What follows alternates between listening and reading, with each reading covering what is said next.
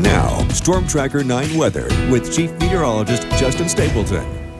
Well, already we're starting to see things fire up this afternoon in terms of thunderstorm potential. Melissa was mentioning this last night, something we were talking about later last week, that as the upper level low that's now just off of the California and let's say the Bay Area really starting to fire things up. So all the ingredients are in place. We've got the low stirring things up. We have the moisture being pulled into the state, and we have very hot conditions as well. Temperatures right now sitting in the low to mid 90s, even 80s as you get up into portions of the mountains. So let's jump in and show you what we've got. Here's that line of thunderstorms continuing to fire. You can see the lightning strikes with that as well. Oak Ridge down towards Willamette Pass on 58, and then moving into northeastern sections of Douglas County as well. Really seeing some lightning strikes. Now, a lot of this looks like there's a lot of rain falling. Well, it's not at first. These are what we call dry thunderstorms, meaning that the moisture level is so low here at the surface that most of that is basically just kind of clouding up the skies. But the lightning strikes will make it to the ground, though. They don't, fall under any of that humidity or not. Doesn't matter. Lightning going to the ground.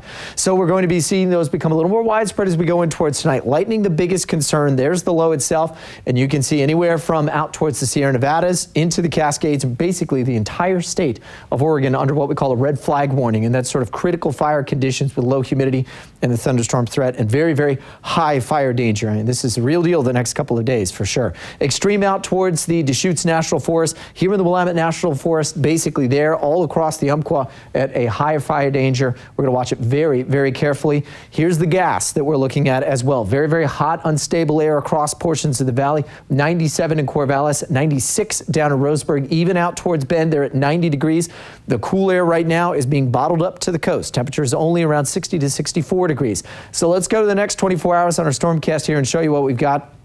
Overnight tonight, I think we will see some runoff from, or sort of blow off from some of these thunderstorms. And what I mean by that is basically some of the cloud cover will just kind of hang around for most of the evening. Supermoon tonight, yeah, might be a little tough until you wait till later on, maybe after midnight or so. And then tomorrow afternoon, starting off sunny, and then the storms start to fire again. We'll see most of those again continue to try to slide their way over across here in western Oregon. So overnight tonight, I'm going to keep some cloud cover around. Might get some of those showers to stick around at the coast with the temperatures in the upper 50s to near 60. So it's going to be a very warm night tonight as well. Huge ridge of high pressure over top of us, pulling in all that hot, unstable air, and that creates a very stormy forecast for us over the next 48 hours. So as we said, we'll see a smattering of thunderstorms tomorrow afternoon. A front approaching from the west that will eventually push all of this out of the way, or kind of cool things down, give us a little more humidity, but not before we have a couple of strong days of thunderstorms. So tonight through Tuesday, all across western Oregon, Cascades, central Oregon, frequent lightning, a little rain initially,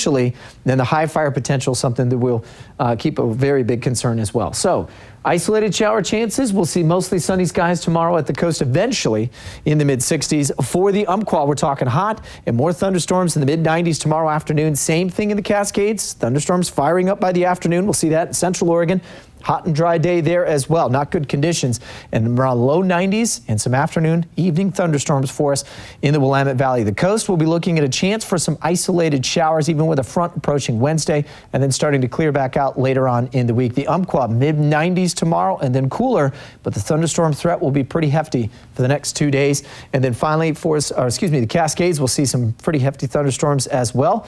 And then finally, for us here in the Willamette Valley, we'll go with thunderstorm, kind of a rocky start to the work week, Jess, and then slowly starting to cool off just a bit, and conditions will definitely settle down once this low gets out of the way. That's the trigger. Sure. And this is sort of like the setup. Whenever we get real strong thunderstorms, got to have that. It is in place. But an active next few days. Quite. All right, thanks, Justin.